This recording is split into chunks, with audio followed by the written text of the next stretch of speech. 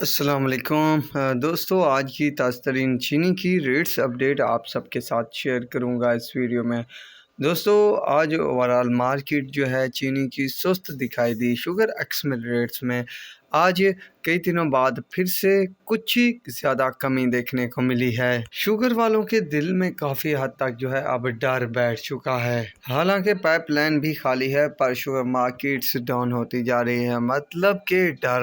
آج کے rate update کی بات کی جائے تو JDW جو ہے 15,600 روپے تک کی پوزیشن بنا چکی ہے۔ اس کے علاوہ یونائٹڈ جو ہے 15,600، اتحاد 15,600 روپے۔